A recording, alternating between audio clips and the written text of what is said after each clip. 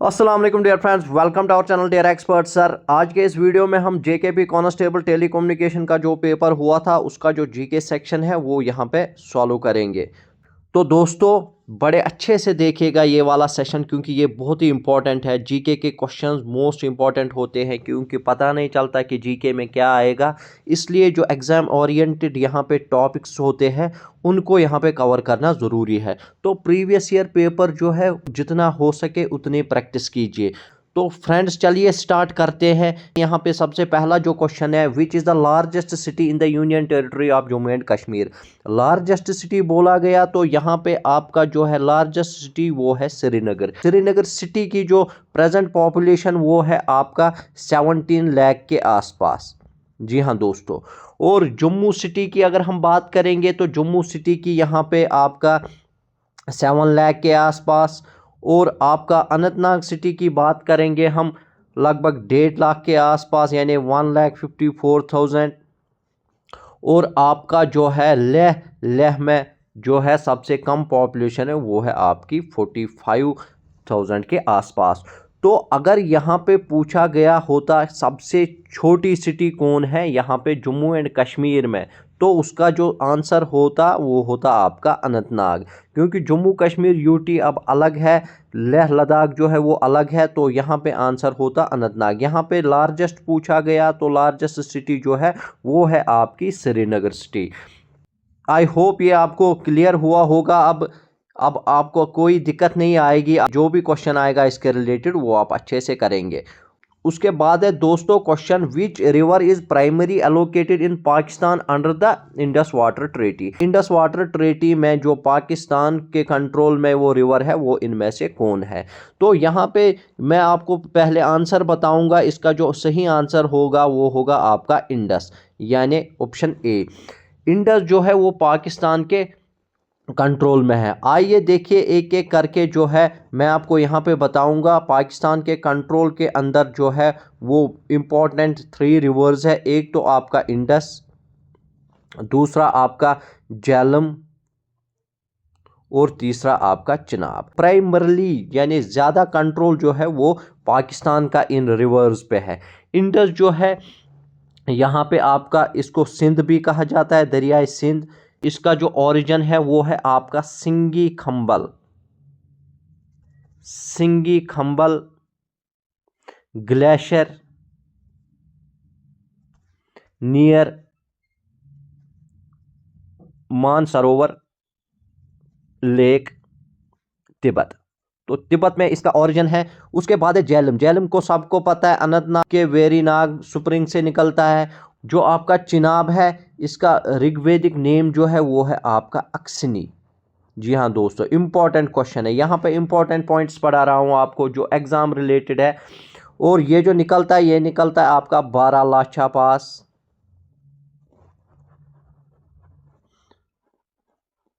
हिमाचल प्रदेश में।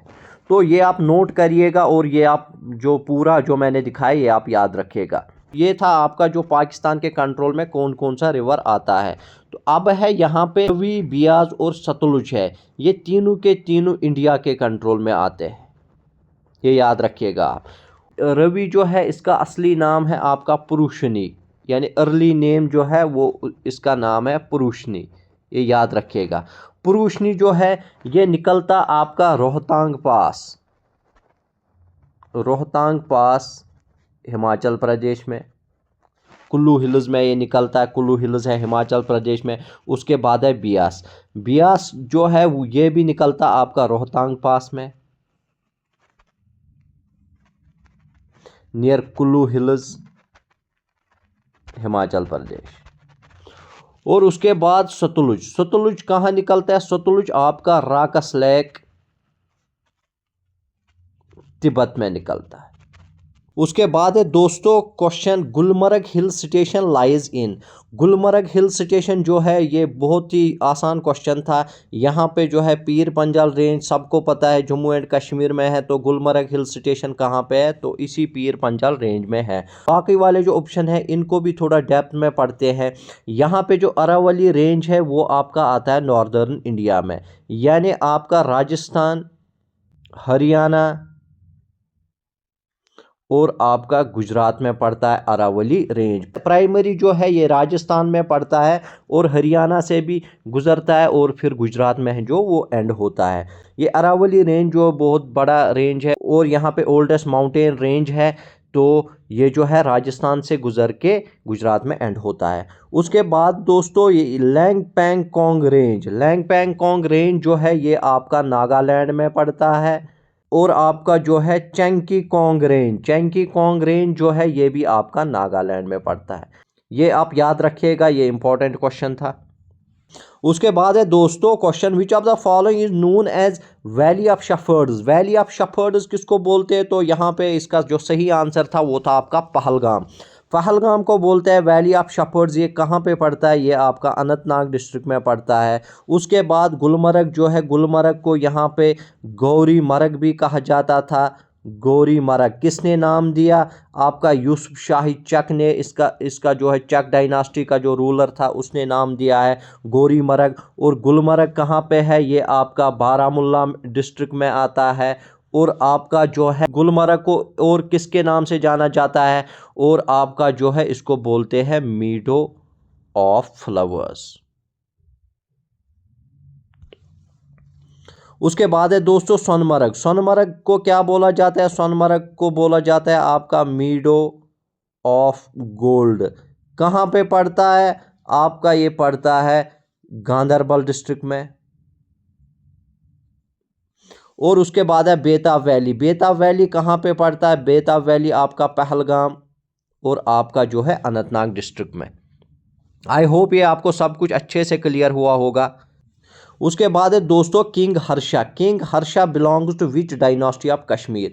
जी हाँ दोस्तों, इंपॉर्टेंट क्वेश्चन है, यहाँ पे डिस्कस करने वाले हम बहुत ही इंपॉर्टेंट पॉइंट्स। ध्यान से देखिएगा, ये हिस्ट्री का क्वेश्चन है तो बहुत अच्छे से देखिएगा। यहाँ पे इसका जो सही आंसर बताऊंगा मैं पहले, तो इसका जो सही आंसर था वो था आपका लोहरा डायनास्टी। लोहरा डायनास्टी जो है इसका यहाँ पे जो है फाउंडर कौन था? वो था आपका संग्राम राजा जो था वो लोहरा डायनास्टी का फाउंडर था। उसके बाद उत्पाला डायनास्टी जो थी उसका जो फाउंडर था वो था आपका अवंती वर्मन।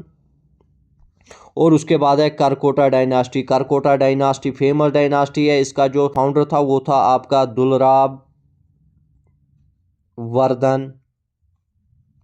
और इसी डायनास्टी का एक फेमस किंग है जिसको बोला गया है समुद्र ऑफ कश्मीर। उसका नाम है ललित द्वितीय